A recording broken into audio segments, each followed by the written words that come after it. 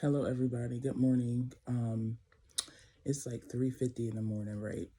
And this is the day that we are fasting corporately with our church. Um, and yes, again, I woke up like this. I really did. Last night I did a video and I had this shirt on because I fell asleep. Like when you are in the Word, you get the best rest ever. So I don't even know why, like, I would not want to be in the Word and get the best rest ever. Well, I decided to wake up because we have our fast starts at 6 a.m. to 6 p.m. And I felt like I want to, do it the right way because sometimes we have fasting and everything, and um, I mess up. Yeah, I mess up. So what I decided was I wanted to do it right because I am trying to really this relationship with God is really everything to me. It really is. Like, it was everything to me before, but I just felt like there was always something in the middle of it. Like, I always put something there to distract me from, having this personal relationship with God. And when I felt like I was getting a personal relationship with God, stuff happened, and I let it, sit in my heart, and it really it made me, you know, not want to be committed. And it's like when stuff happens to you, I don't know why we try to take it out on God when He's been here from the start. You know what I mean? Well, it's morning, and again, I got this pop up to do a video, which it is too early to be doing a video. But I just read Psalms 108, and I'm trying to prepare my mind and my body for our fast. So I'm really am grateful that God has given me another chance, full fledged. I'm gonna take advantage of everything. I wanna I want you to see the transformation of everything with God in it. It's been almost 3 months. I stopped in August. Did I stop in August? September, October, November. November 21st will be 3 months that I stopped drinking. And I really I am just like I am so grateful because I feel like I got my life back. Um I don't do anything. That's the one thing that was hindering me. And I just don't understand, like, now, now I understand why the enemy wanted to keep me, with that spirit of drinking, because I feel like I got another chance. I got another chance, even though, I'm not doing a harsh drug. That was my drink or drug of choice, drinking. And I just didn't drink a shot or a this or that. I drunk. I drink a lot. And I would pray as I would drink so I can get rid of it. I asked God to help me as I was becoming tired. Within, again, the 21st of this month will be 3 months. So this is November 9th. So it's technically like two months and something. But how I stopped drinking is because pretty much I got COVID August 21st, and I still was trying to drink. I didn't know that I had COVID. I went to the doctors and they said they would, give me my results in a day, but technically I didn't get the results in like two days, so I didn't think I had it. But the more it felt like my body was like becoming weak and I got irritable. And guess what, guys? I still was able I still wanted to drink. I still wanted to taste the alcohol. So what I did was I had a whole bottle of Tito's, a whole fifth. And what I would do is when I came back from my trip, because I was like I was done, and I had a bottle of Tito's, I had Tito's in a little bottle, and then I had got a fifth. And what I did was I would watch the bottle. I would watch the bottle, and I really didn't have a taste for it anymore. After I tasted with my taste buds all jacked up, I didn't want it no more. So when I asked God to take the taste out of my mouth, that was the taste, because I tasted you know, with me being sick or whatever. And it's crazy because I just felt like it came out of nowhere, me getting COVID. And I thought because like my body be going through changes when I drink, I thought it was one of those things where as though I just had to like, stay in the bed and, rest it up. But this particular time, it was like it wasn't going away. And my anxiety was on 100 because sometimes when we can't control a situation, when we don't have no control over it, that's where our anxiety come in at. But it was on 100, and I was like, oh my God, like, I don't know if my heart felt like I can't breathe, or like, it was like, I was like, God, I don't know what's going on with me. And I was trying to be strong and everything. And then I was just like, you know what? Let me go to the hospital. Because the last time I went to the hospital, and it was like 3 years ago, it was like before I went to Jamaica, and I had real bad anxiety, and they told me I had a blood clot. So I'm like, let me just go to the hospital to see what's going on.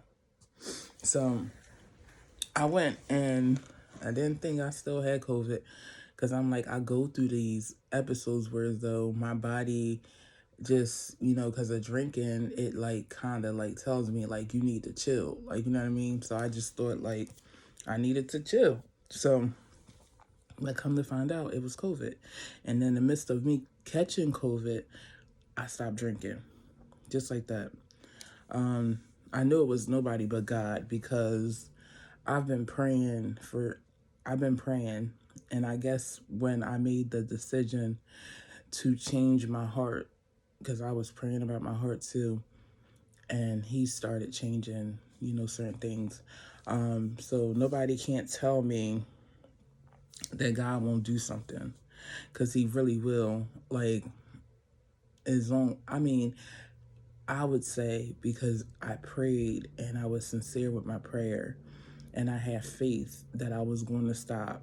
But every week or every day, I would say, I'm going to stop, and I would take a drink.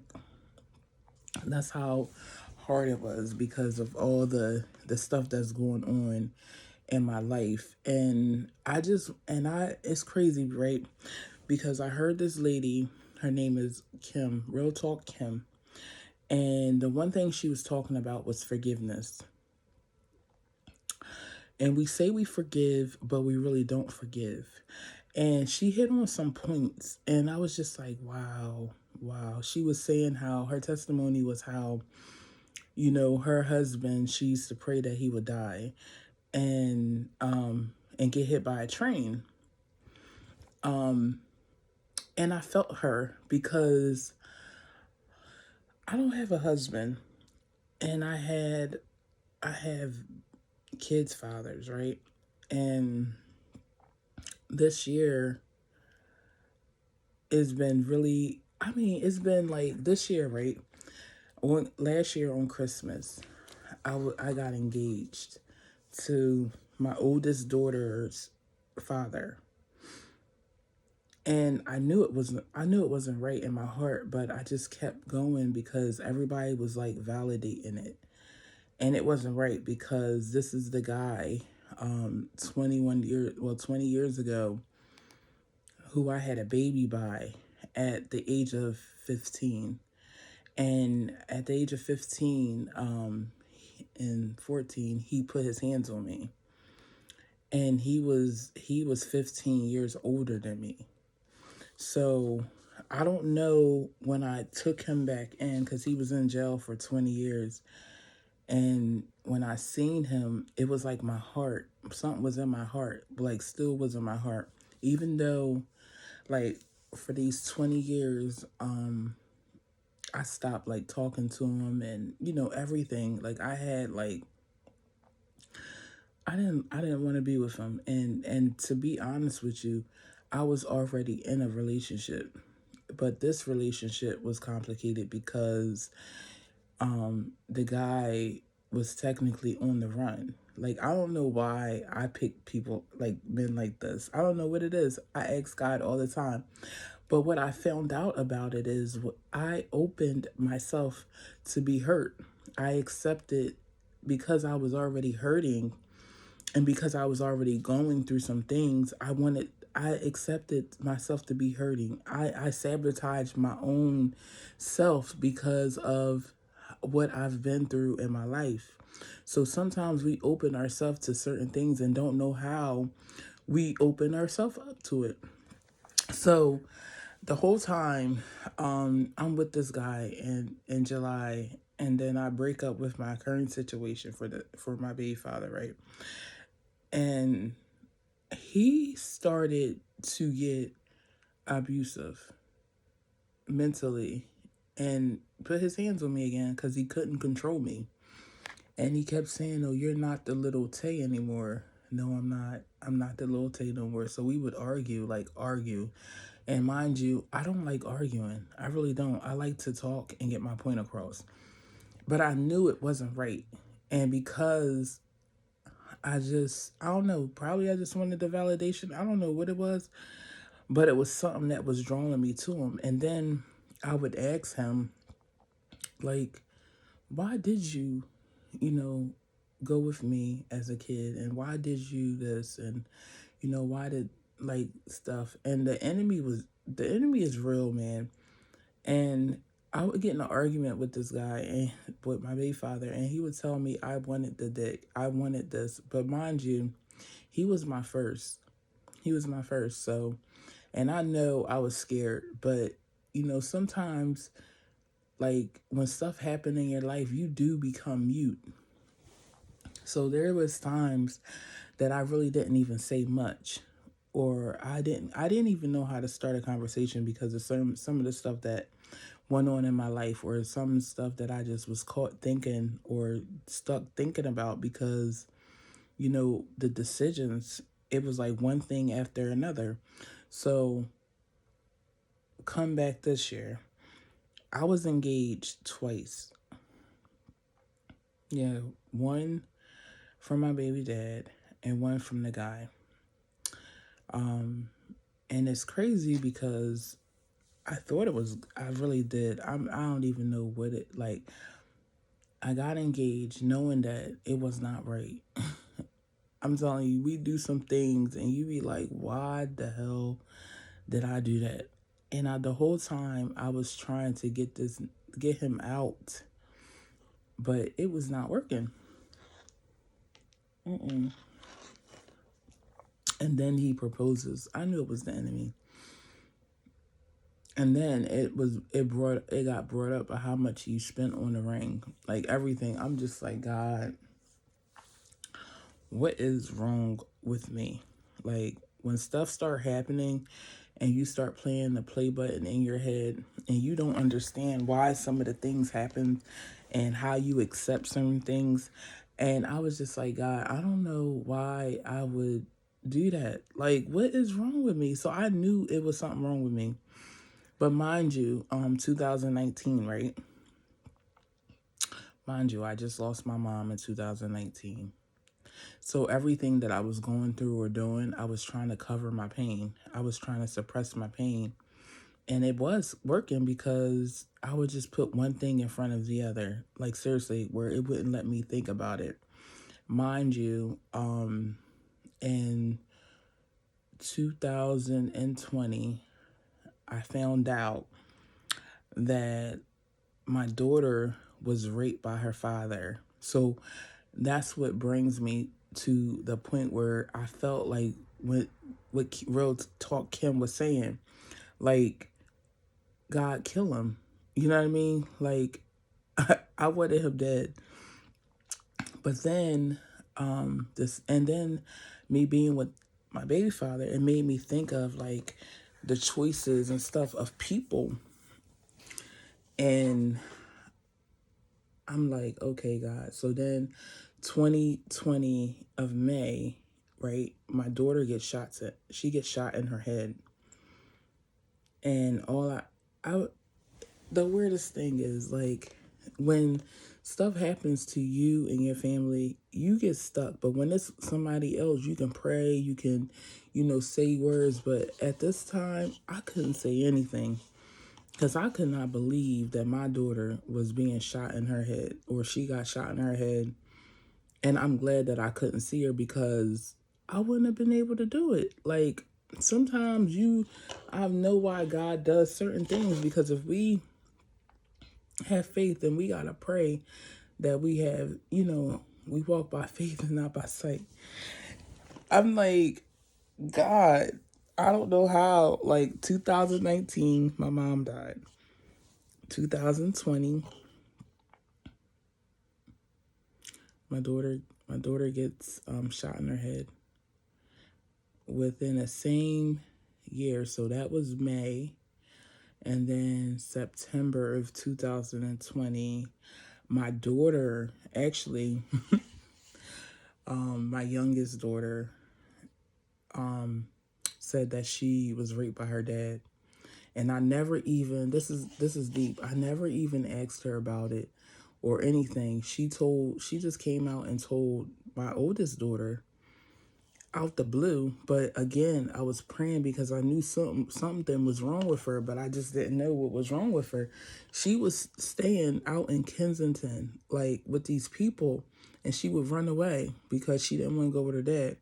But she was being so defiant and everything. I didn't even think nothing of it. Like going against me, going against everything. And I'm like, Dad, like if you look at my other children, they have their moments, but damn, this is like, I'm sorry, but this was like real. Like I didn't understand it. So I had to pray for her safety when I found where she was.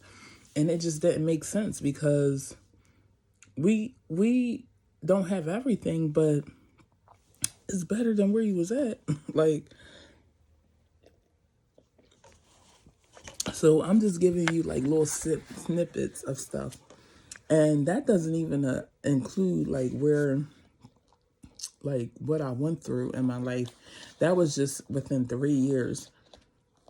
And I've been engaged twice. And then within this month, I broke up with my fiance. Not saying that I'm I'm better than him because I don't think I'm better than him. I love him with all my life, like all my heart. But it's something when somebody disrespects you and like talk bad on your name and then don't apologize. And if you don't mean it, why are you saying stuff to hurt me?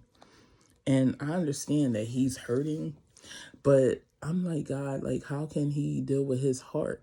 Because it's tearing me up. You know what I mean? So I'm like, I'm just trying to get my heart right. That's all. I just want to get my heart right. And I've been making some deceptive decisions, and it's because of, my heart being all jacked up. So the beginning of August, so I started fasting Facebook in August, I believe, the beginning of August, or probably July of 20 this year. And that was my first thing to go, was Facebook. So I fast Facebook, and social media. So I wasn't on no social media. And then I was like, okay, God, I'm going to try to do this liquor thing. Because you understand, I would wake up and I would have a shot. I would go to bed. I had to make sure I had Tito's. And if I felt like I didn't have enough, I had to go get enough. Like, so I can see it. And it's something about the empty bottle syndrome. I heard about it before, but when you pour your last shot, it makes you feel like you're so empty inside. And I was like, oh my God, like I have to go get some more. So I was try to wing myself off. But the more I tried to wing myself off, the more I just wanted it even more. Like, you know how when you try to deprive yourself and then you just like, I just want, so when you get it, you go in. Like, I was drinking bottles, I'm trying to tell you. And people like, I didn't know you were drinking that much. Because I thought I had it under control until I had to be honest with myself, confess to myself and God and say, God, I need your help in this hair area because I am weak. And it wasn't until I would get like I would have little episodes where I just didn't want to get out the bed, but I still had to have my Tito's. It was like everything to me. I ain't gonna hold you. It was.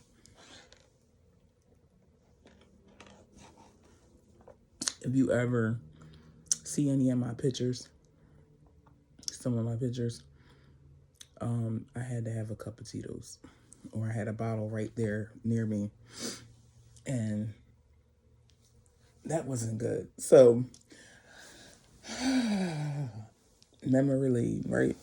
Only 2.5 months ago, but if you only knew how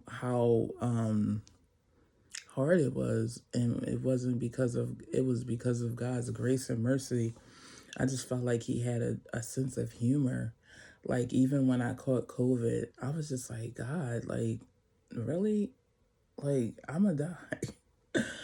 I was up there to God, like I was dying because I heard, like I was hearing so much stuff about people dying and this happening to this person or whatever, and I was just like, God, I'm gonna die, like and I just, because I thought I was gonna die, I just braced myself. But then the moment I got COVID and I was like, really, like I couldn't do anything. Like, I'm the type of person when I get sick, I get sick because I really don't get sick, but when I do, boy, oh boy.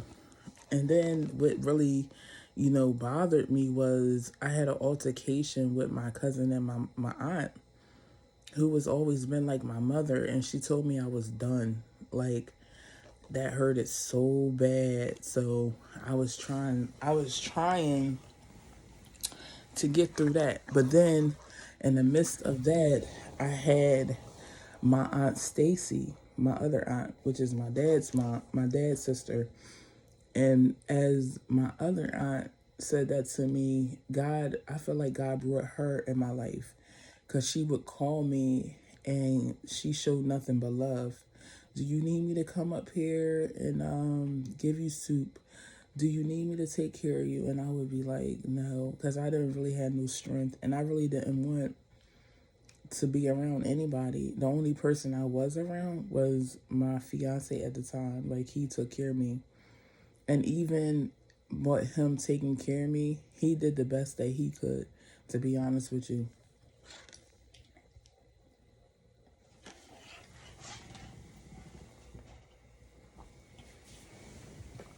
But there was like, oh my God, like so much fear.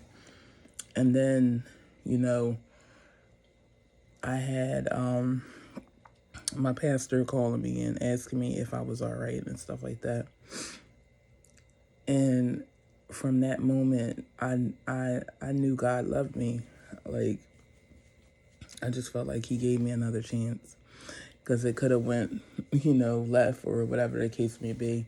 Because there was people that was close to me that died from, not close to me, but I knew that died from COVID. And I just was like, I don't even know how this is going to go. You know what I mean? So I guess I was kind of fearful. And my kids were like, "Are you okay?" Like, and I don't want them to feel like they have to stop everything to take care of me. You know what I mean? So my daughters, they made sure I was cool. My son was like he's a mama's boy. No matter how I try to make him not, he is. So that is some of my entry level of stuff. And that's not even, that's just touching the surface of 3 years of my life. So, we've been dealing, me and my youngest daughter,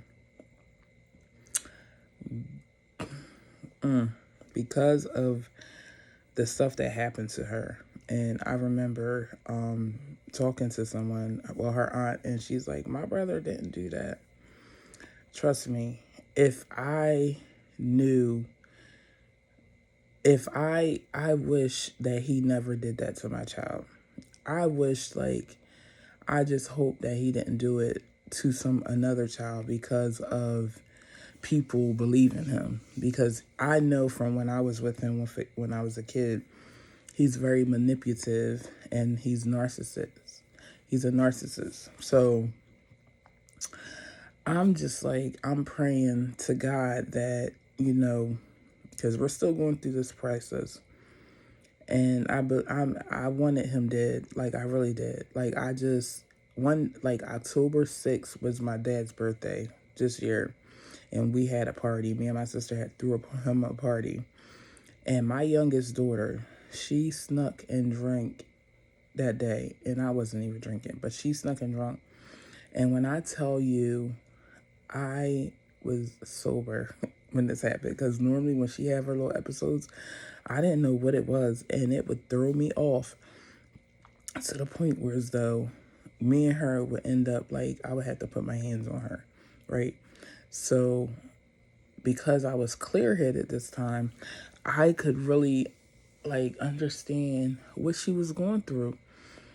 And all I could do, and I'm telling you, I was like, she was like throwing stuff, walking into the wall. Like, this is the type of stuff that she does. She wants to hurt herself because she feels like it hurts so bad that she don't know how to take the pain of her dad, which she worshiped the ground that he walked on. I bet you all he had to do was say, "Baby, I'm sorry. I did not mean to hurt you." But he didn't do that. She is testifying. And I heard the story. I am all over the place, but I heard the story for the first time October 13th. So that episode happened before we was actually due to court, and I didn't even know that we was going to court. But she got drunk this night, which is my dad's birthday, and she was sneaking drinks, and I did not know she was sneaking drinks. And when we got home, she was all discombobulated. Mind you, she's only 16, and she was up here like, "Mom, it just hurts so bad." And I'm just like, what are you talking about? Because at this time, we partied. I helped my sister clean up this event spot, and I'm like, what is she talking about? God help me.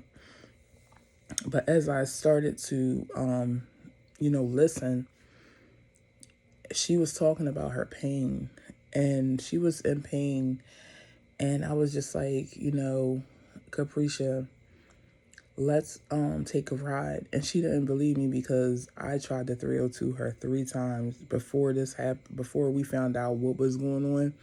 She was just doing crazy stuff, so I didn't know what was going on. It never dawned on me that she really was raped or whatever the case may be until I started praying about it, and God started revealing those things to me. And it was like stupid. Like, it would be like Steve Wilkos show and a rape victim, and they got a lie detector test, like stuff like that. That's how God talks to me, because I was like, it clicked in my spirit. So she was really in pain, and I really looked at her and I said, "Capricia, let's take a ride." And it hurted my heart so bad that day, October 2021, and a tear started coming down. So I came downstairs and I'm like, "God, I don't know what to do. Like, should I record her?" I'm like, "No, I'm not going to record her. I'm not going to 302 her because she really is in pain." And she came up to me and she hugged me and she said, "Mom, it hurts so bad." And I was like, "Pray, I know." And she kept going on and on. She was like, from the time that my sister got shot, my grandmom dying. So this is all the stuff that she's dealing with. And she's trying to process her sister getting shot in her head and her grandmom dying, which my mom was their everything. I'm telling you, she was. And her dad raping her. I was like, wow. And I could feel it, like I could feel the pain. But I was like, God, help me. So after I calmed her down, now I'm like, I'm enraged. I'm like, I'm gonna kill him. I'll kill him myself. And I'm like praying to God. I'm like, God, like I know I don't like jail time, but I was like, God, for him, I would do jail time for hurting my daughter, for messing up her life. So I've been praying to God that he turned her life around because she is really going through it. And I've been having her in and out of counseling and everything. And it doesn't seem like we have the proper help. I don't know if it's because, and I don't want to say this, but because we're black. But I'm just saying, like, I've been trying every little thing and I haven't gotten there yet. So if anybody know someone or know a program or something that my daughter can properly get the help that she need, because she is really dealing with that thing, and it really is like I'm dealing with it because now I know what it is, so I know what to pray. And I'm like, God, please help her, because when I was younger and raped and everything, you just didn't say nothing about it. Like, you did stuff, but it wasn't as bad as like these kids today.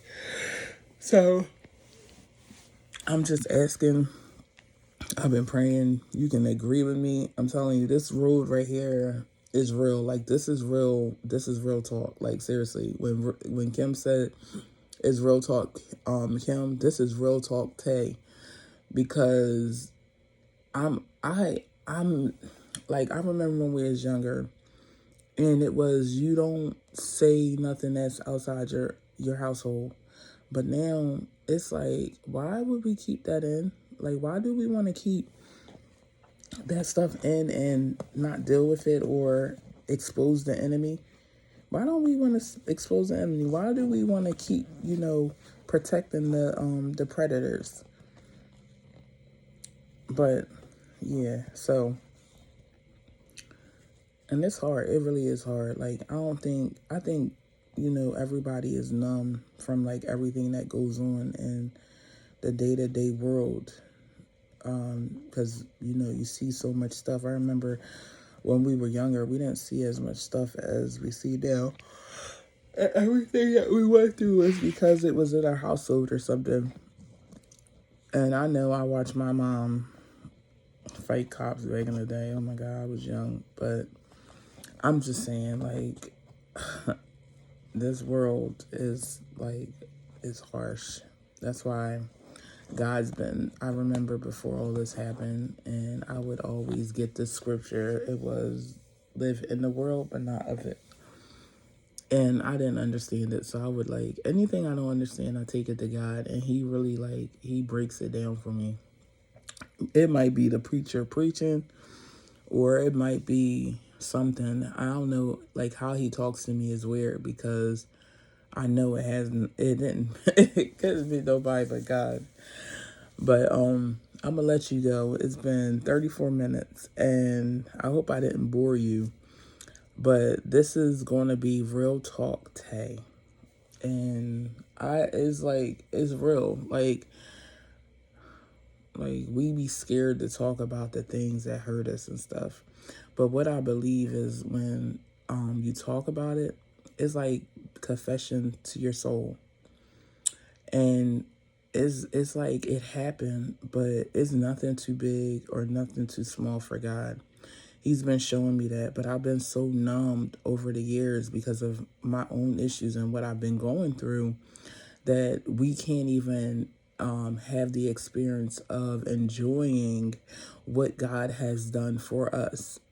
Even now, not being drunk and being sober, right? I have energy and I can see and I can hear.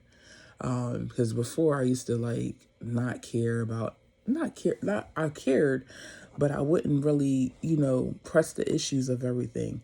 Like I would just be like, okay, even though I would know the truth, I would even believe the lie. You know what I mean? If that makes sense.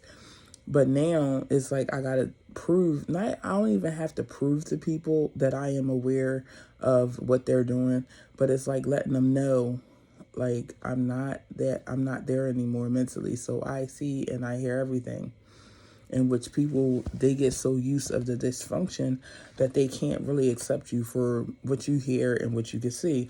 So they so used to getting over on you that they can't get over on you anymore. So it is really, really, really, really, really ironic, the stuff that's been happening. I'm telling you the stuff that I've been telling my son, because my son is only 13. He's the baby of the girls. So I have 4 kids. I have 3 girls and 1 boy. So he is spoiled. But what he has been, my ex fiance has been like really, pouring into him. But it's still some things that he has to accept too about his self, like getting his self together. And I'm trying to get myself together. I am not pointing the fingers at anybody, but I pick people in my life that really, they really do tear me down. And I'm tired, like, and I don't know why I pick these people, because my dad, right? My dad treated us, me and my sister, and my mom's kids, because his kids, he say it's his kids. He treated us like queens, like I would say princesses. And now, he would drop anything to do anything for us. He never called us out of our names. So it's weird when a man call me, or he calls a woman the B word. Because my dad didn't do that to us. He actually enlightened us and like spoke life into us. And, even though we had a lot of, stuff going on, he still spoke it, like he spoke the word to far as where he can take us, you know what I mean? So I'm just like, I'm grateful to have the dad that I have. And I was grateful to have my mom, even though she was living in pain, and I seen her living in pain. But I wish that I would always pray and ask God what was her problem, because I didn't understand it. I really didn't. And now that I watch my daughter go through it, even though I internalized it, but I never was an outward expression person unless I got mad. So when I got mad, that's when I would tear stuff up and like tear my own stuff up, or, something like that. But other than that, I would just like keep it all together until I exploded, until people kept saying stuff or doing stuff to me. And then I would be like, boom, the bomb has exploded. And I hated that feeling. So I was like, God, help me with that. So when I was younger, he helped me with that, and it was a lot of stuff. So, but this is Miss Tizzle, Real Talk Tay. And as I begin to be transparent, I want to help you to get delivered and me. So it's like this experience is real. I'm telling you, because as you know, I only stopped drinking for like almost 2.5 months, if that. I'm thinking 3, but it's really been like 2 something, because it was like August 21st. I was fasting like social media before then. So every month I've been giving up something or doing something that was extra. So I'm challenging myself. I got like a little pop-up. Do a video. It ain't nobody but God, but it's stuff that I should be doing, listening, but I don't, because I just felt like I wasn't worthy enough. We all are worthy enough. So I just want to tell you, have a good morning.